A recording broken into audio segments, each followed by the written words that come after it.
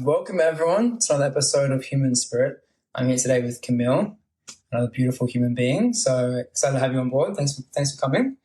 So Camille, did you want to maybe just give us a quick little brief of yourself, what you do, your vocation, your skill set, what you're working in, and share that with the audience? Yeah, absolutely. Thank you so much for having me. It's all good. It's a real pleasure. We were just talking before. It's so nice to get the opportunity to share my story, share what I do. So, to answer your question, I am a yoga and meditation teacher. I also am a women's coach. So I work with women to help them break out of any limiting beliefs, holding them back from living the life they truly want to live. I'm really passionate about helping women share their voice and reconnect to their gifts so they can then go out and share that with the world and really have the life they want. And last year, I'm also a musician. So I play guitar and I sing. So I do different type of events. Sometimes I do like women's circles, which is more about that coaching, and I bring in some of the music element to it as well. I do beautiful, relaxing yoga and music events as well. Yeah, so that's a little bit about me. I can go more into depth about it, anything in particular, but that's an overview. Yeah, beautiful. Well said. Because I guess today's podcast episode, we were talking a bit earlier about what's the theme of it, coming back to spirit, and in particular, possibly the creative spirit as well. So how have you navigated, you do a lot of different things, like your coaching, music, women's circles. One, how do you actually manage all those things? Like, how do you find the motivation and drive to keep up with that without spreading yourself too thin? And do you relate potentially like your relationship to spirit as some sort of like driver or energy source to fuel all these things that you're doing? Short answer is yes to that later part of the question. I think for me anyway, and for the listeners, they might feel the same if you listen to this, for me is when I started to reconnect to my spirit, or I started to be able to listen to my inner voice, my inner guidance, then it became really clear as to what I need to share with the world. So for example, for me, when I play music, when I'm at the end of a yoga class and I play music and I sing mantra music, there's something inside of me that feels so alive. And there's a voice that tells me, that's why you're here. You need to be doing this. So that's then my drive, because it's feeling like if I'm not doing that, then I'm not doing what I'm here, like in this life for, what my soul came to do, Yeah. So that's my creative drive. And that's what helps me as well to inspire the question to manage when things are hard, because the reality is we live in a material world. So for me to be able to make an income doing what I am passionate about is not always easy. And I'm definitely still finding that out. But when now that I've got a strong vision and purpose, it becomes easier to make, the more challenging moments of like, how am I going to make this work financially? I know where I'm going. So things kind of end up falling into place more because I know why I'm doing it. Yeah. It's been a struggle with the creative sort of adventure, like the balance between doing what you love and I guess your calling your spirit, which is why I think it's so difficult too, because it's like, come over this way, like, give up the other path of security, and like, but I can't, but then again, I always question, like, is that true faith to actually let that go? To just pursue whatever spirit's calling you to do. And it's been a very interesting sort of I guess battle or wrestle with myself as well internally, for sure. It's been a really interesting one. And I think it's actually obviously the balance of both. And sometimes spirit is calling you to set things up so you're enabled to create more. So having the foundations first, but it's like making sure your foundations are still in line with your values. I think that's been an important part. As opposed to just doing anything for security, do something that's more aligned with your values for security, yes. And then find a way to be creative on the side of that. That's it. But you missed one thing. Yes. The first part of the question? No. You talked about what you do, but you forgot to mention that you have your own podcast. I do. Yes. Right. Yes. Thanks for reminding me. I do. Yeah. The podcast is called Breaking the Good Girl Cage. And I guess the intention of the podcast, perhaps similar to this, is to share stories, of other women, finding their own path, breaking out of their cage, because like we were talking about right now, it's not always easy to follow that creative pursuit. So sometimes understanding how other people do it can help us, be inspired and know, okay, that's maybe something that, I could do, or something similar. Yeah. Have you thought about the word inspired? In terms of its roots and... Yeah, even just like the meaning of it, like how would it manifest as? I once heard, do you know Gabby Bernstein? She's a kind of she's an author. I once listened to a talk by her where she said, if you don't know what to do in life, follow what you are inspired by. And so I guess for me, when I think of the word inspiration, or what I'm inspired by, the energy behind it is that uplifting kind of like, it does bring me close to perhaps my spirit or my soul. So if I'm ever lost, I try to think, okay, what am I inspired by? And then by following that, then usually guides me towards, my path. Yeah. I literally think it's in spirit. In spirit. Yeah. Wow. Your inspiration. Wow. Yes. That's so true. Yeah. It's like, I think of it like something that inspires me. There's a certain spirit about that person that I like admire, or maybe I even allow that same spirit that's in them to enter me, and so in a different way, maybe like, articulates itself in another format, but it's the same sort of spirit. And like, that's essentially why it's called human spirit, because like we're trying to work out what is that thing that, drives like people to do amazing things in the world and to be themselves essentially, or to be in spirit or inspired. Love that. But back to the point of your podcast, because I guess that's the main focus for today, or it's more about like, how did you create the breaking the good girl cage, like idea, philosophy, but also where were you before that? Because it would insinuate and mean that you were once caged. Mm-hmm. So could we maybe go back to the moment where you were caged, what life was like, what you were doing, and then maybe progress from there? Yeah. Absolutely. Once upon a time. Yeah, no, that's a great question. And so to answer it at band camp. And I love that because I love as well with your podcast, and through conversations we've had, we talk about how story is so important. And when you listen to this, and when you listen to my story, I hope that it will help you perhaps make sense of things in your own life. For people listening to this, inspire others. Yes. So to give you a bit of an idea about me and where I come from. I guess, I grew up in France, as blessed to live in a beautiful country. And I guess my life from the outside was pretty stock standard. I moved quite a lot as a child because of my dad's job. And I always felt quite sensitive. And I think I struggled in the kind of modern Western world where in terms of like, I find this world quite, it's very activated, very yang. It's not always like honoring, sensitive, slow people, maybe spiritual children, things like that. So I think I struggled a little bit, and I started to kind of create this little facade as a young girl of being a good girl, like a good student, trying to be a good person, as a young child, in order to feel accepted, in order to feel a sense of belonging.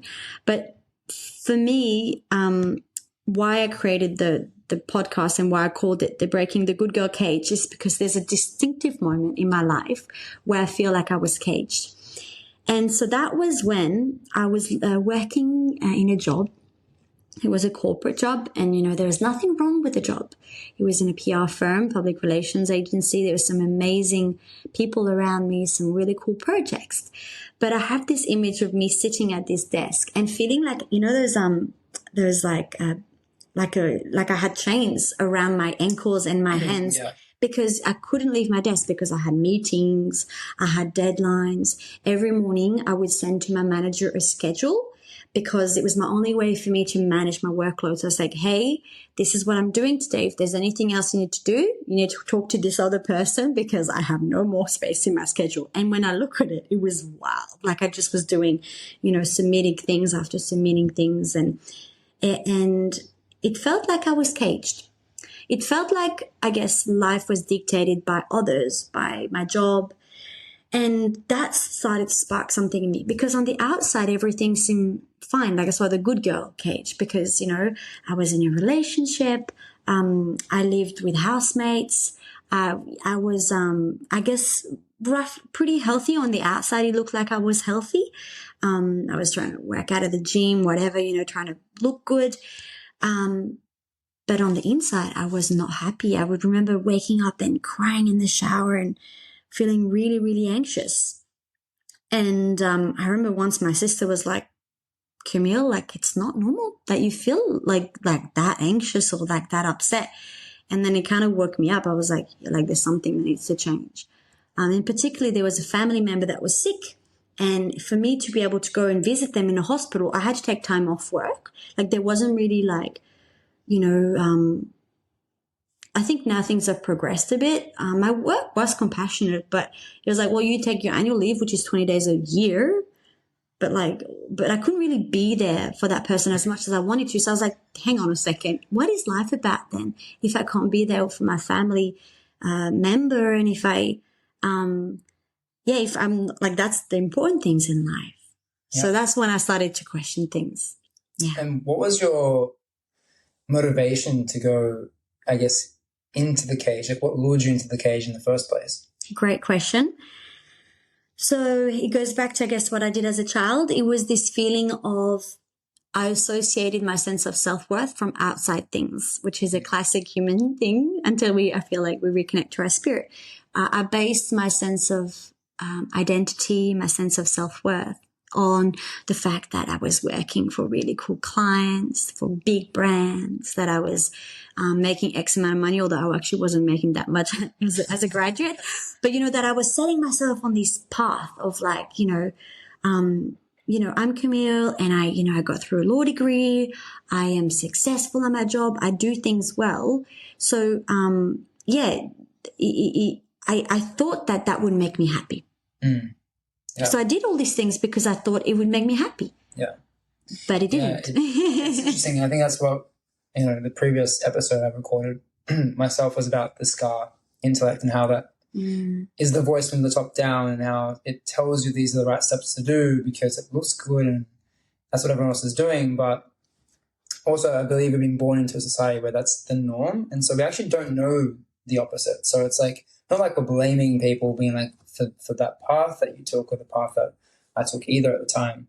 It's more just like you get in tune with your own emotions, right? You said like, it's like how you actually feel, and that's the truth. It's like, it doesn't matter what someone tells you and what someone says. It's like, actually, I just feel different. Like, I can't deny how I feel, even though for some people that might work, and you might feel really good going down that path, but there is another way. There's your own individual way, right? And you just tap into. And so you broke out of the good girl cage. So what was the moment that actually happened? It was crazy. It was like a few things happened, and when it's like, when it rains, it pours. Is that saying something like that? Like, it started like that for me. Tears? Lots of tears. Yeah. And it was kind of this snowball effect. And I'm someone that, like, when I feel like you talked about before, when you feel like your emotions, that it's not in alignment. Yeah. When that becomes loud enough, when your body you can get that because you get sick or maybe something happens, it becomes so loud that you can't ignore it anymore. So for me, it was like, I was so anxious. I was just feeling so bad. I was like, something needs to change. And I tried to really change things at work. And my work tried to give me like more clients that were a bit more meaningful, because I felt like what I was doing was not meaningful enough. But I guess the process of breaking out of, what happened was that, what was your question again? It was like the moment. Kind of turn around, like that moment you decided to walk away. Like, what was that like, and when was that moment for you? Yeah, I think it'd been building up, and it felt so bad in my body. I remember feeling like not good in my body anymore, like, pain, stress. Like, I was always like, after work I wanted to exercise, but I was so stressed. My body was almost like locked up, And so I remember walking up to my manager one day, and I literally remember I was like, I'm doing it. I was like, hi, can I talk to you? That's nerve-wracking. It's so nerve-wracking. And then that started the process. Your first time doing that as well? Yeah, in a proper sense. It was like a proper job. It's like a breakup. It is. Yeah. And then right after that, my boyfriend of 4 years broke up with me. Oh, like a week after? Yeah, a week after. Yeah. But it all made sense. Yeah. And it was ultimately, it was the right thing. But I think it was literally like that week. I quit my job. And then I think a week later, if I'm not correct, it was really short, period. And he broke up with me. And then the day after, I started my yoga teacher training, which I had enrolled in before. So I think I had started the process. But it was, for me, I remember sitting down on the first day of my yoga teacher training, looking at this folder in front of me that was like yoga teacher training. And there's this sense of like one door closing and a new one opening.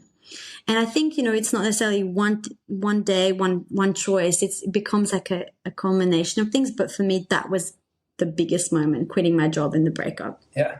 Yeah. So it's that like allowing some more space into your life, so cluttered before, now you're allowing like the divine or spirit or like just the unknown to manifest in front of you. And now you have these options, because anything's kind of possible. You could do yoga, you could do whatever it is, but maybe just intuitively listening to yourself. And so was yoga in the background, obviously, for you, like the entire time? Yeah. Somewhat, yeah. What happened is I had started to discover yoga through like, my mom was into yoga. She never pushed me to doing it. She's not like a huge yogi, but she used to go to yoga. And I started to get into yoga to help me manage my stress. And I just remember going to yoga class and coming out of it kind of like feeling a bit like so much lighter, almost like I wanted to skip. I remember being in Manly here, like walking back to my house, like walking into the class, like feeling like a zombie, like no more capacity in my brain to deal with anything. Yeah. Doing an hour and a half of yoga, coming out, feeling in my spirit, in my connection to my body, feeling like alive again. So it's like, there's something in this. So that pushed me to like want to study it. Yeah. Beautiful. So I guess to give an audience a clear perspective, and that's where you were. And you're now running women's circles and meditating and teaching yoga and running a podcast. How do you feel now? I feel good. Yeah. I feel good. Not crying in the shower? Not crying in the shower. And it's actually, for me, being able to be in connection with my truth is the biggest gift. Yeah. I won't lie though, I'm still walking this path, because I think that when you've been shaping up this whole life, so much in my life has changed. Even my friendships, my environment, me as a person. It took a while for my nervous system, for my mind to let go of all of these old beliefs. And so it's not, I'm still on this path, and I don't feel good every single day. But overall, I feel this sense of aliveness and this sense of like things can fall and not work out, but I'm going to be okay. Like I trust in life, I feel this sense of like, there's this deeper inner force, as opposed to always looking on the outside for things, for answers and for validation. That's really what it's about.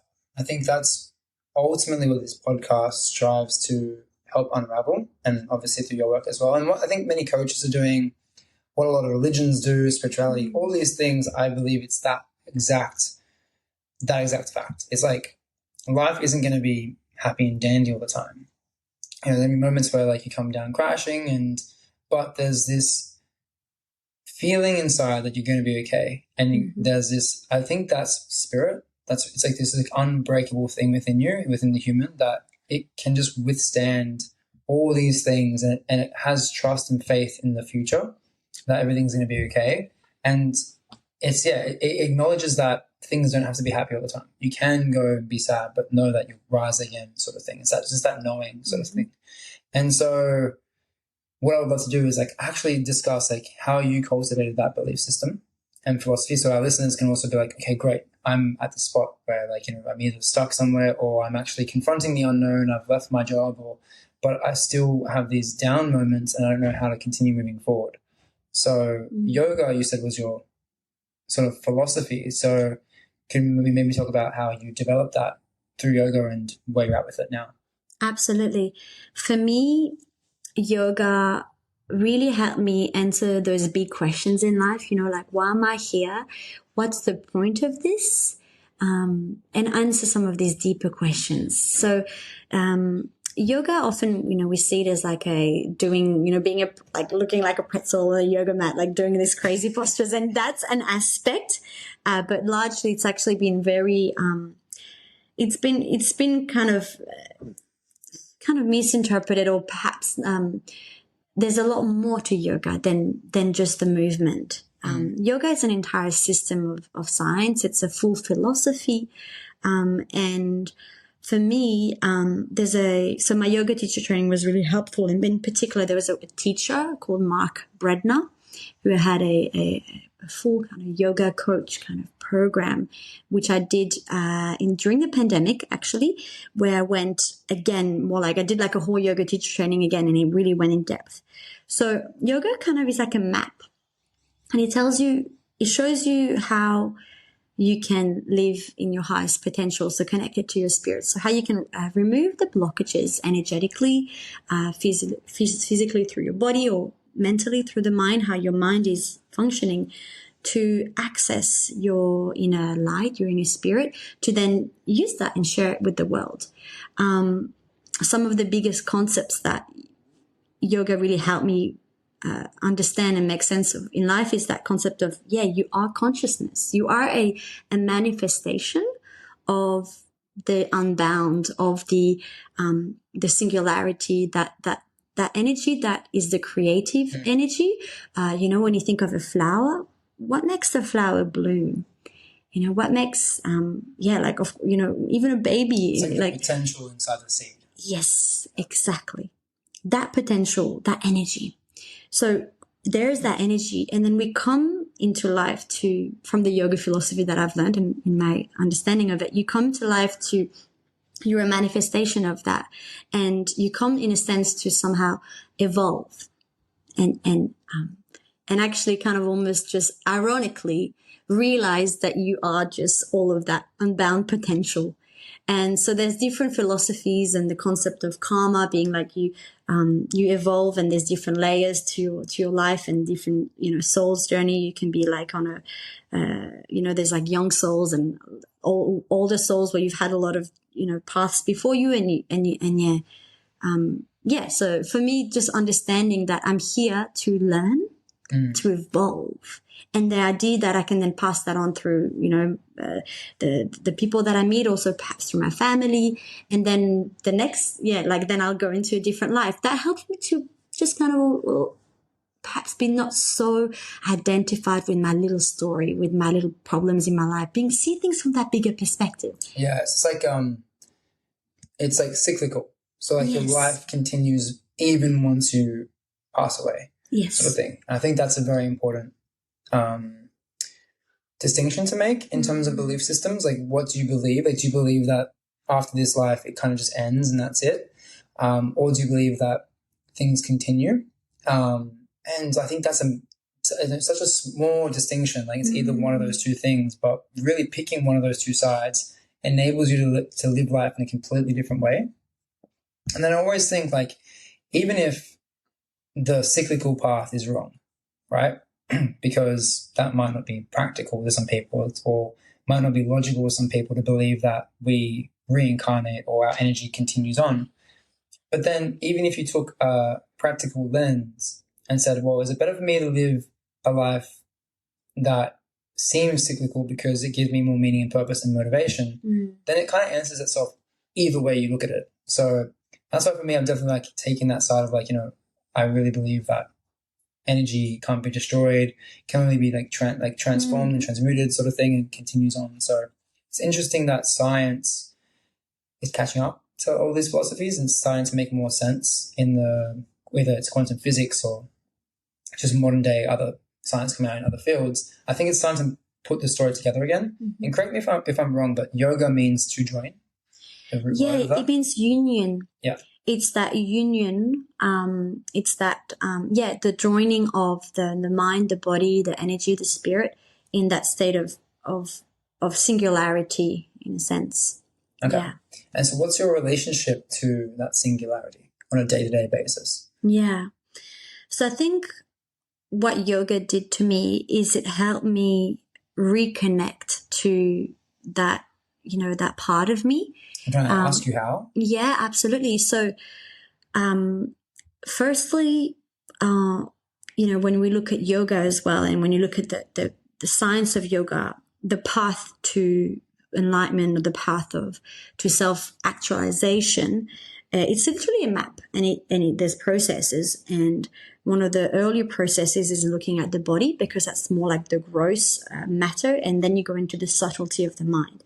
So to answer your question, for me, it was a process of beginning to reconnect to my body. So unlock all those stagnant energy that had built up, locked up diaphragms, stagnant energy, in my legs or just in my body wasn't really open. So by starting to slow down, move mindfully, I started to feel, oh, wow, like my shoulder hurts. I didn't even notice, my legs feel this way, or like I don't even feel my toes, like I'm not really connected to my body. So when you start to feel your body more, you can listen to the messages of your body on a really simple level. I'm feeling tired. Do I need to go run 10Ks? Perhaps not. Or I'm feeling really lethargic. I need to move my body. So connecting a close relationship with my body through the movement, through the mindful movement of the yoga, and then physiologically, of course, like opening up, but when you open up your body, you start to let the prana, the energy, the prana is the Sanskrit word for energy, to flow through your body. And then there's things like, for example, pranayama, which means the breathing practices to help you use the breath to regulate your nervous system. Again, to unify the body and the mind. So when your breath is more regulated, then the mind naturally comes more into a state of stillness and a state of, consciousness. So for me, really helped me with like my anxious feelings and things like that. So breathing practices. And then there's the state of dharana and dhyana. Dharana is about concentration and focus. So starting to bring the mind, instead of having a fragmented consciousness and focusing on all these different things, starting to bring it to focus. And then when you start to do that, you start to access dhyana, which is more of a state of meditation. Could you give an example of that as well? So when you say bring it to focus, like what are you focusing on? Yeah, absolutely. So there's different techniques. So for example, I started to practice meditation. So at first I was kind of winging it, and I remember using just the Headspace app, where, for example, you can just use your breath as a point of focus. So you sit down and you use your breath as a point of focus. So when your mind drifts away, which it will, because that's what our minds do, you notice where your mind has gone, and then you just gently invite the focus, your attention, your awareness to come back to the following of your breath. You can also use a mantra, like, for example, Om, Om, and you just do that over and over again. And you might have to like bring your attention back thousands of times. But over time, it's just a technique. It's a tool. Over time, it starts to have an effect. And it doesn't come over time. But for me, then I started to notice like, whoa, my mind is a little bit more focused. I'm able to focus more. I'm able to see things more clearly, understand things more clearly. So yeah, does that make sense? Yeah. And what things became more clear to you? Like where a certain emotion came from, or a certain like pain in the body? Is that what you're talking about? Or? Yeah, great question. I think what became clear to me is when I was acting out of kind of like unconscious wounding, unconscious behavior of like, I'm doing this because I want to feel validated. I'm saying yes to this job because I'm actually in a state of fear, and I'm in a state of like, if I'm doing this job, then everyone else around me is going to think, okay, Camille's got her life sorted. She's okay. I'm not doing it because I'm following my spirit. So, one of the other philosophies that really helped me was the yogis talk about the concept that, there's different, they said that 95% of how we behave is happening subconsciously. Yeah. So when you think of it, it kind of makes sense. Like you don't actively think, I wanted my heart to beat. Your heart just beats. Equally, a lot of our behaviors and the ways of being are actually subconscious. We're not actually conscious of that, right? Yeah. There's different theories on that, how much of a 95, some yogis even say just 99%. So when you start to, the whole process of yoga, and what my teachers really emphasize is when you start to make the unconscious conscious, when you start to notice all these ways that you're being, but you were blinded to, you didn't even notice how you were. Like, for example, sometimes you wake up unconsciously, you don't even realize you're going to the coffee machine, you're making coffee, and then you catch yourself and you're like, whoa, this is where the awareness, the clarity, and you're like, wait, do I want to do this, or am I just blinded to this? And then you can start to intentionally choose how you want to show up. Actually, I want to do this because that feels more in alignment. Is that starting to make sense? Makes sense. Yeah. And it's interesting because like there always is that. So you have like these two different energies, right? Or you have the known and unknown. You have the conscious mind, the unconscious mind. And something that is just a fact of life is that there's always going to be the unconscious or the unknown. And so when relating your philosophy to like, to your spirit, to like your relationship with that, like, is there this now acceptance, like this like peace with the unknown? Because you said you were anxious, right? And so anxiety for me is like that fear of the unknown. Mm-hmm. So you're not sure where you're going to go, what you're going to do, what your purpose is. And there's all these questions. And I think that's natural to have those questions. And so I feel like personally in my life, like those questions are still there and anxiety still pops up in some cases. But it's like the acceptance now, like, I accept the unknown. I accept that things aren't always I can't know everything. And I accept that parts of myself are unconscious. And so you don't put yourself down about it all the time. It's more like, okay, great, I'm now aware. Let's bring light, let's bring consciousness into this, and let's bring the unconscious into enlightenment, which I think that's the process of enlightenment. Yeah, whether it's bringing light to it. Whether it's full enlightenment or not. It's just the process of that. And so you're developing that on the stage that. So what's your relationship then to, I guess, the unknown with this philosophy, and how has that helped you deal with, like, I guess, stresses in life and like just the unknown to life? Yeah, that's a great question, because the unknown and uncertainty is probably, I think, one of the biggest challenges for us as humans, right? And I think it's a really valid challenge. And I think sometimes the spiritual world can be have great concepts, philosophically, but when you try to put it in a practical sense, and there's this whole thing about spiritual bypassing, which I can understand as well. So for me, I think, it's also important to honor that sometimes, having uncertainty can be unsettling.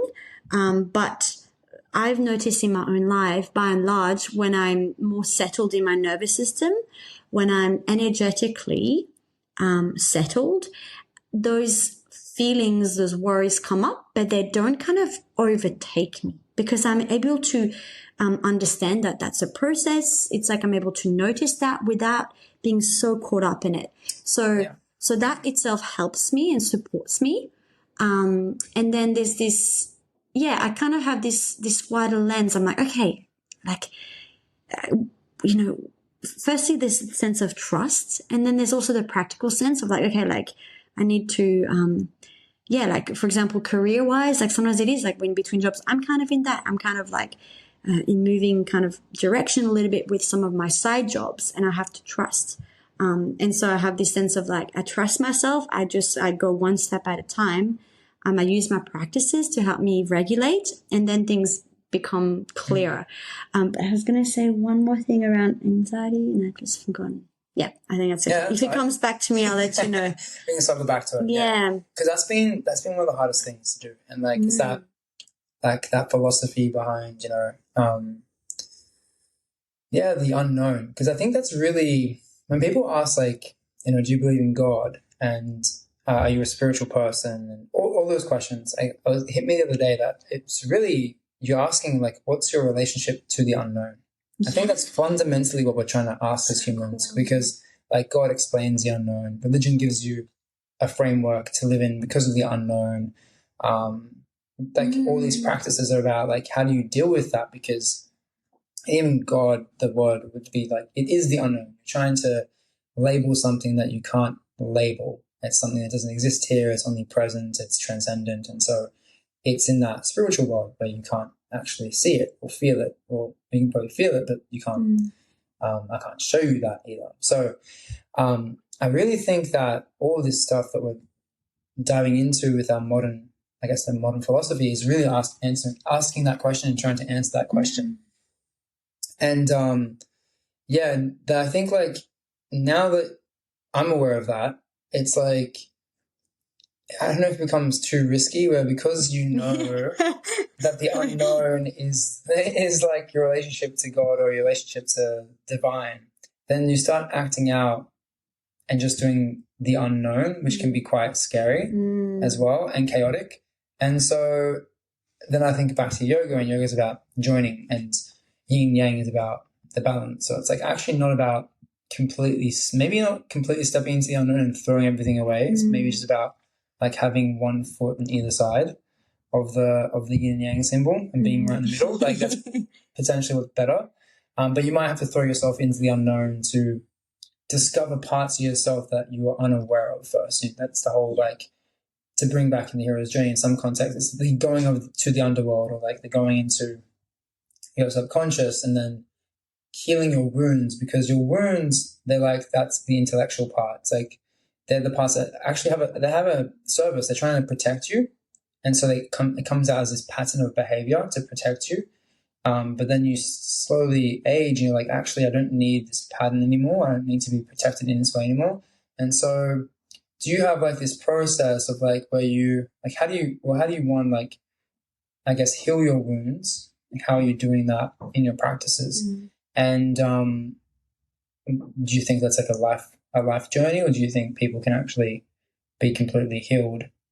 And what would the impact of that be? That's a great question, because it's actually bringing back to what I was, I just forgotten. So it's clearly you needed to come.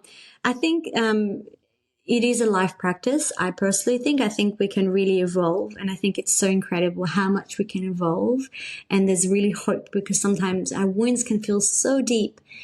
I felt so deep in some of my wounding, like, am I ever going to be able to, experience, for me, like I've had some wounding, that really made me feel like I'm able to like be able to be in connection with someone and feel that safety, for example, and like be like, yes, like when I start to like work with those wounding, be able to, it is possible. It's amazing how much we can heal.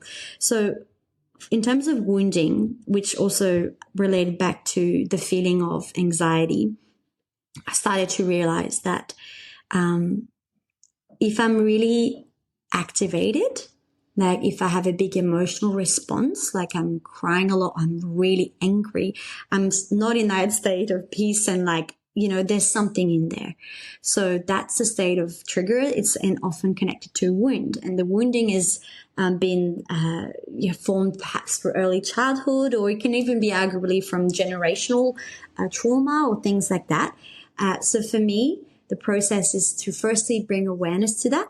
So when you start to be in connection to your body, like we talked about, like just from like a more like the first step of the yoga journey, kind of feel the wounding, like feel the activation in the body, you can become aware of it, like, oh, there's something in there. And then what I've personally worked a lot with is inner child work. So noticing that often the wounding is from an early childhood pattern. For example, a fear of abandonment, a fear of rejection, a fear of not being accepted by sharing your emotions or your needs. So there's a teacher that I really connected with. I've spoken to you about her, Shalina Ayana. I work with a coach, counselor, Georgiana Lee, who I've also done a podcast with. I really recommend listening to it.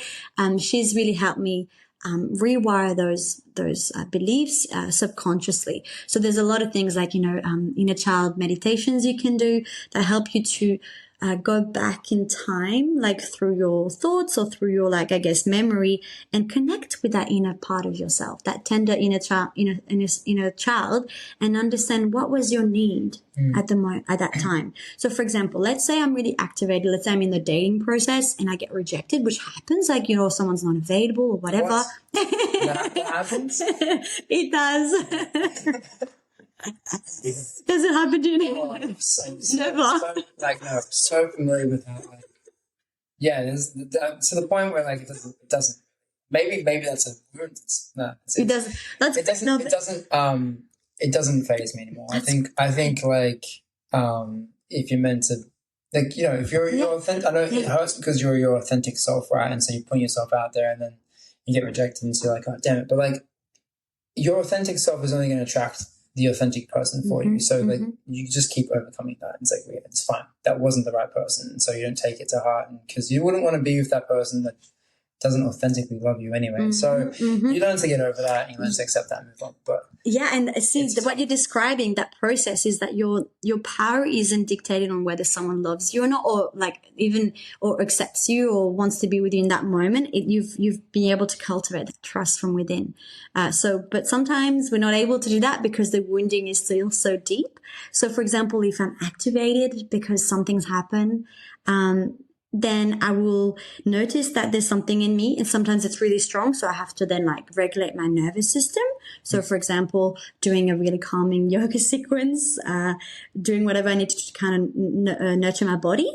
And then I go through an inner child meditation to help me reconnect. And then I come out of the other side feeling like, oh, what I really needed was to feel loved and accepted. And when you feel that from within, you don't need that from the outside, and you're able to trust. And you're like, no worries, like I trust. And I'm similar to you now. I'm like, I trust, the right things will come. I'm not like going to force anything because, like it's not meant to be. It's not meant to be. It's not going to work out later on. Like you can try and force those things to happen. And sometimes you do, but that's like your shifting character. Like I start being someone else, and maybe like they do like me, but then it's like 6 months later down the track, it's like actually. You start acting like your normal self again, or your normal self. You're like, shit, I can't keep up. You can't keep up with the act. It's right? Like, might as well just be authentic in the first place and just deal with the rejection. But something really interesting I found was like, it's really true that you can't get rid of fear. Like fear is always going to be there. Rejection is always going to be there. It's just the courage to continually be okay with being hurt. It's the concept of anti-fragile. I don't know if you've ever heard of that book. Yeah, about white supremacy as well, or no, it's a concept of like, I don't know if the book is called Anti-Fragile or it's in another book, but it's the concept of that as humans. Okay, there are three different like types of fragility. So it's like I can smack a glass and the glass breaks. That's fragile. I can then also hit something like a wall and the wall doesn't break. So it would be not fragile, right? Or anti-fragile. But the human, if you break the bone, it breaks but grows back stronger.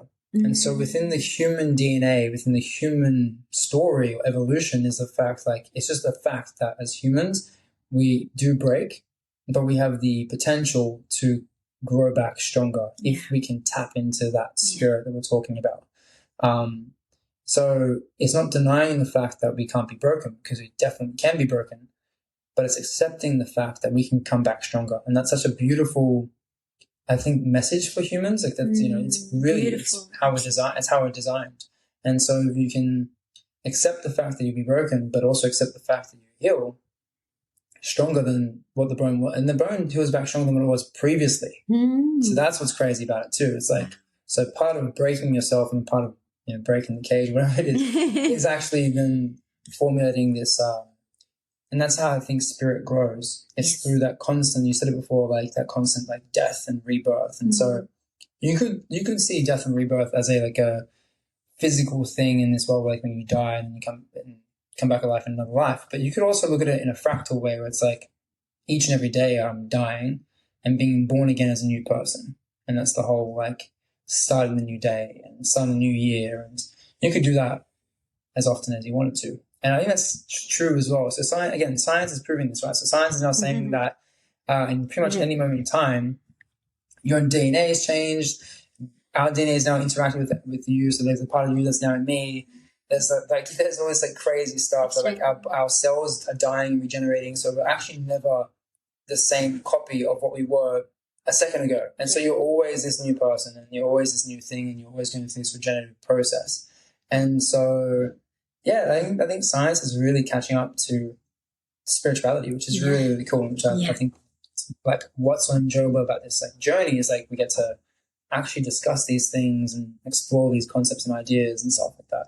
Have you done much? Are you into like, I guess, much science or much? More, I guess, Spiritual. the spiritual, but what I love as well is exactly what you said, is the science is catching up to some of the yogic principles. And there's like some really cool yoga teachers. I know Swami Rama, I think, was able to be so discerning with his energy that, don't quote me on that, but from the stories I've heard, you can Google it, but he was able to slow down his heartbeat consciously, really slow it down to really kind of like crazy, I think even maybe stop potentially his heart consciously, which is wild. And so he was like going into the hospital, and they would put all these wires, just like kind of Joe Dispenza stuff when they they measure as well. Yeah. Innate immune system. Yeah. So, and the yogis were explaining this for thousands of years. It's like the yogis were able to access such states where they're able to map the body energetically and comprehend things, and they put that into text, and then we kind of measure it now, but it's the same thing. Which is really cool. And one of the things I felt like sharing as well is you were talking about every day or every moment, in a sense, it's that death and rebirth. And I think ultimately when we grow in this path, we start to be okay with the unknown. And like you said, the relationship with the bigger, the consciousness or God or whatever you want to call it.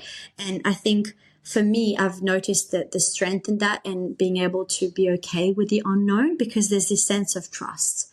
And ultimately, all there ever is the present moment.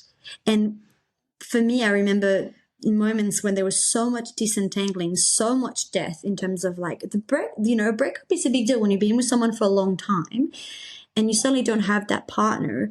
It's for your system. It's a very, it's quite hard to like you lose someone, it's like, it's difficult. You're like, okay, so who would I call? Or when you change home or things like that, it's a lot. But, when you're able to kind of, trust in that more, you start to tap into the reality that everything was actually more like a mind kind of, we make a lot of things reality, but it's actually just in the mind. Everything can change so quickly. It's like the flow of life. It's like life is like a river, and you can either swim against it or you can let go and flow with it. And you're gonna have a better time because you're in the water regardless. You're alive, you're here now, like you might as well let go and enjoy it. And trust and not be so attached to it, so you can enjoy those things, but you're not so attached to them. Yeah, which is that practice of spirituality, right? It's being like the fine balance between like being detached from the world at the place you don't take it too seriously, but being attached in a way that you're involved and it's still meaningful to you. And that's a very fine balance as well. But I think there's a lot to learn from like astrology as well, like just the natural movement of the stars. Because we talk about mourning, and someone else asked me like, "Oh, why do we say good morning?" sort of thing. Because I think it's like we're mourning the sun, we're mourning the day, and we're saying like hello to a new day, sort of thing. But on that note, I was like, oh, it's kind of the same thing. Like we're mourning our past selves each day, and so you could say good morning is like, oh, I hope you had a good death. I hope you're ready to start let go of that.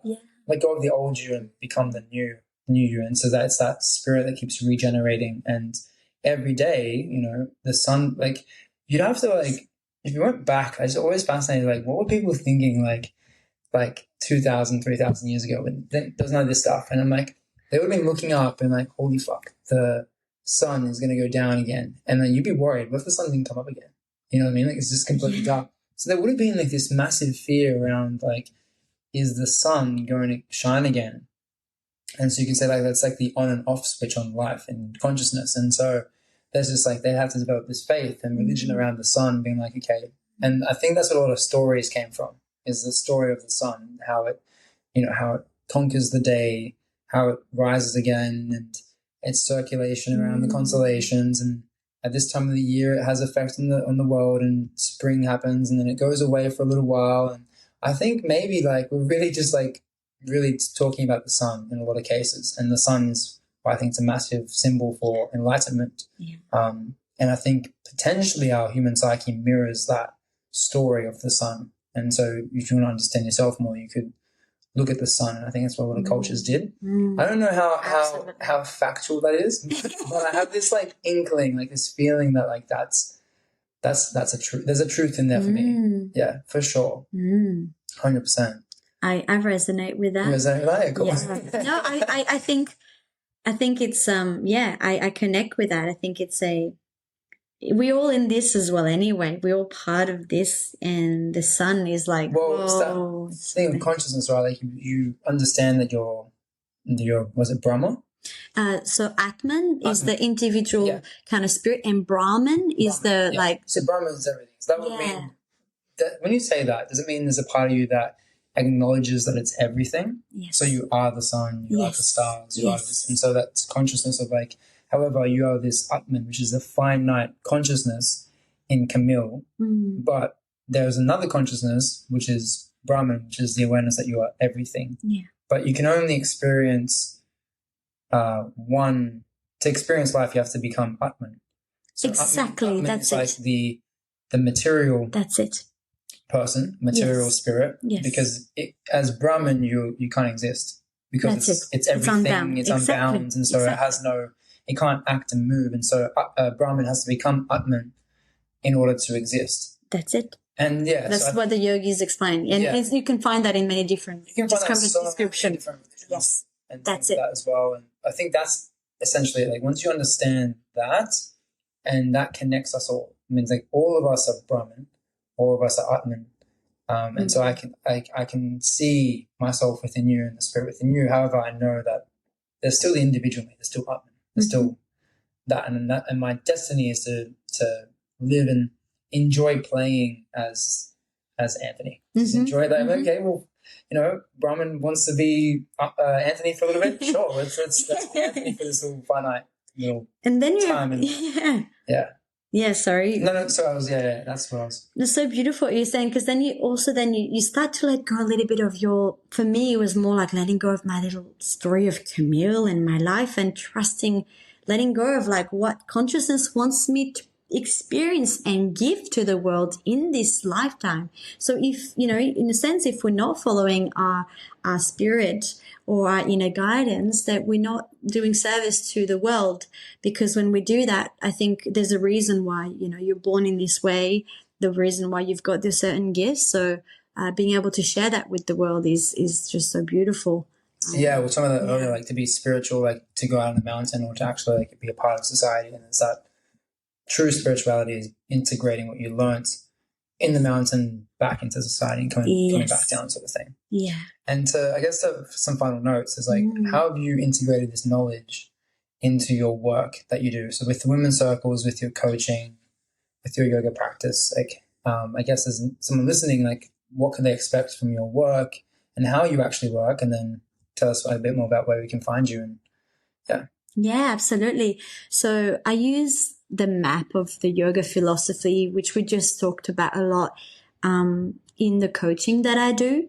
And I outlined some key principles that I've learned. So, for example, in order to really master the I guess the outer world, how your life shows on the outside, you got to really look at your inside and master the inner game, or in some sense, again, a word that my teacher Mark Brenner referred to a lot.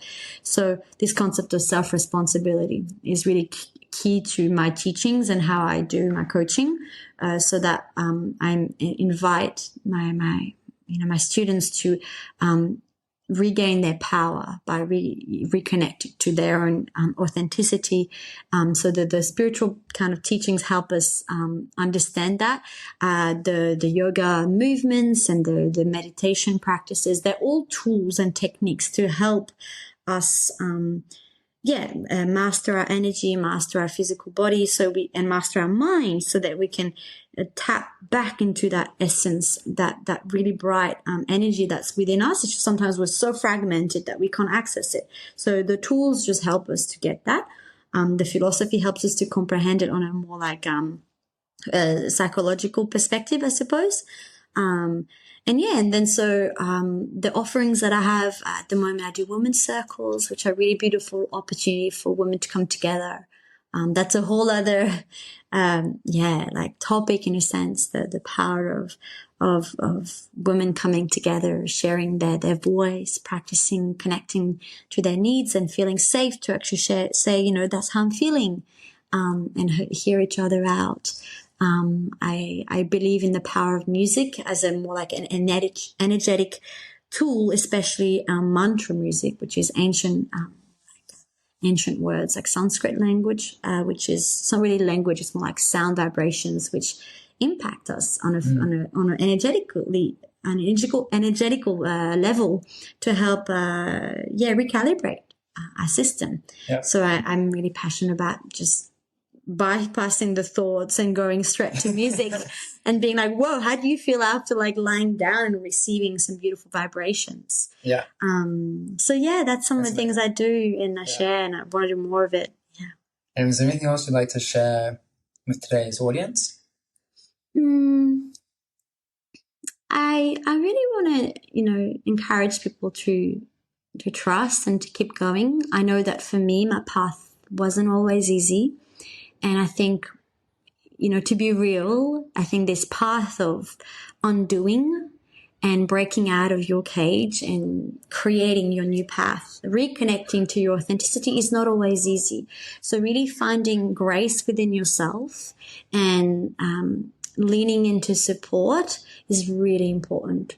So for me, I had to really be vulnerable, and whilst I was changing career, I wasn't really earning that much. So I had to work, as a waitress or things like that to support me. I had to be practice being gracious with myself and compassionate with myself as I was creating my new path. So being compassionate, I think, is really important. And I also think that there's a bit of, sometimes I'm so connected with the spiritual path, but I know that sometimes the reality of our experience can sometimes feel like it's spirituality says, oh, it's all in your thoughts, channel your thoughts and you'll be fine. It's well, I've got a huge trauma that happened to me. It's not fine. So actually getting support from somatic healing practitioner or leaning into these resources to actually, support you. It's also a really important part of the path, I find. So, yeah. I find somatic healing is something I want to learn a bit more about and learn more of my travels about, for sure. I've definitely practiced a bit at home. Have you tried much of it? Yeah, I've done it with some practitioners, yeah. Have you done it by yourself? I feel like I do that. I think, through yoga actually. So it's feeling. So sometimes I just lie down and I'll feel the part in the body. I'll breathe through it and I'll let some so somatic healing is all about movement, sound, and breath. So letting the movement, the sound, the breath flow, so that you can somatically, so in the body, just kind of let that move and shift through. Yeah. How do you practice it? I looked up a little course one night on it, and I'm looking at the couch right now because I'm that's where I was. And I was rocking and holding myself and just, I actually cried. No, I'm kidding. Yeah, I actually cried, and it was actually quite, it was quite beautiful. Mm-hmm. And I was whoa, I could only imagine the power of this if someone was a proper facilitator and maybe had a bit more experience with it. But even yourself, intuitively, I think there's a lot of where your wounds are, and if you're open to explore that. And so it was definitely something I was just interested in because I talked to someone who was a somatic teacher, and I was kind of inspired to go home and just learn more about it. And I thought, wow, this is really powerful because it is more. It's it's kind of like psychology, or seeing a psychologist, but it's for the body. Yes. It's the body's going to go see someone, and because the psychology is more just about the mind and you're talking about things, but like you said, sometimes you can't just talk about things. Sometimes it requires movement and energy flow for the body. So that could be through yoga and moving the energy around. It could be through somatic healing. It could be through music. All these things, all these muses will be different ways to kind of express our emotions, especially being in a, like you said, a yang state or a yang world. Then we're very tilted to that one side. And so yin would be the opposite side, which is more about coming back to the body and looking inwards and exploring the inner world, or the inner, you said something, inner game. In a game. Yeah, the inner world. Yeah, absolutely. So I think more work. I think that's where we're heading. I think, that's where the world's going. We're going back more to inwards. But it's kind of difficult because, it doesn't have much practical or stability there in terms of finances if you're going into that kind of job, because it's a new field. People are only just starting to look at this stuff. So your audience for these things is quite small. But I think it's shifting, and so it's great to be part of the foundations for that. It is. And to be on the forefront of that. Yeah. Absolutely. And just to add to that, I think, I don't know if you've experienced that. I think any of you listening to this probably, experience that too. You can intellectually understand something. Like, I'm worthy of this. For example, I'm worthy of a stable relationship. I'm worthy of being adequately remunerated in my job. And then you come to have that conversation and your body is like freaking out, or again, it's because 95% of our subconscious is driven, of how we are is driven by the subconscious. So when we're able to, from a body perspective, from a nervous perspective, recalibrate that, then it's like the thoughts then just match that. Yeah. So you don't even have to talk about it. You just show up in the world from that perspective.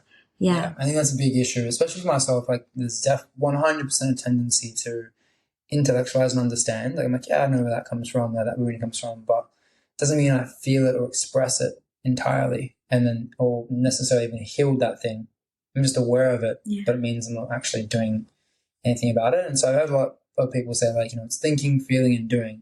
And if you can do if you can think about it, feel it, and then embody it. Yes. That's really where the magic happens, sort of thing. And so that's what I think. Again, yoga is such a powerful tool. And it's been around for thousands of years. So I don't see why we wouldn't link back with it now. It hasn't failed in the past. Yes. So, Absolutely. Amazing. All right, Camille, thanks for jumping on. I hope a lot of people check out your podcast as well. So it's Breaking the Good Girl Cage on Spotify. Yeah. And people can reach out to you on there and on Instagram. Yeah, so on Instagram it's just my name. So it's Camille Masajowski. So it's a bit of a mouthful. So we'll include we'll include the links, I'm sure, in the episode. Yeah. I've also got a website. It's just my full name, CamilleMasajowski.com. That's kind of, Instagram's really a good platform to go into, and then you can see my offerings, and my podcast is linked in there as well. But Breaking the Good Girl Cage is the podcast. And something we're talking about as well, as a final reminder, or maybe a message or alert to people, is that we're thinking of doing more podcast episodes together, which is exciting, and potentially just covering some topics rather than interviewing each other, but maybe discussing something like, what is healing? What do you think healing is, and how have you healed? And maybe we can dive deeper into our stories. And so I guess this is a way of putting it out there to anyone listening. What conversations would you like to have us talk about, topics within the spirituality realm, and kind of go from there. So thanks for coming on. It's a pleasure as always. Thank you so much. Hey everyone, thanks for listening to today's episode and for tuning into my podcast.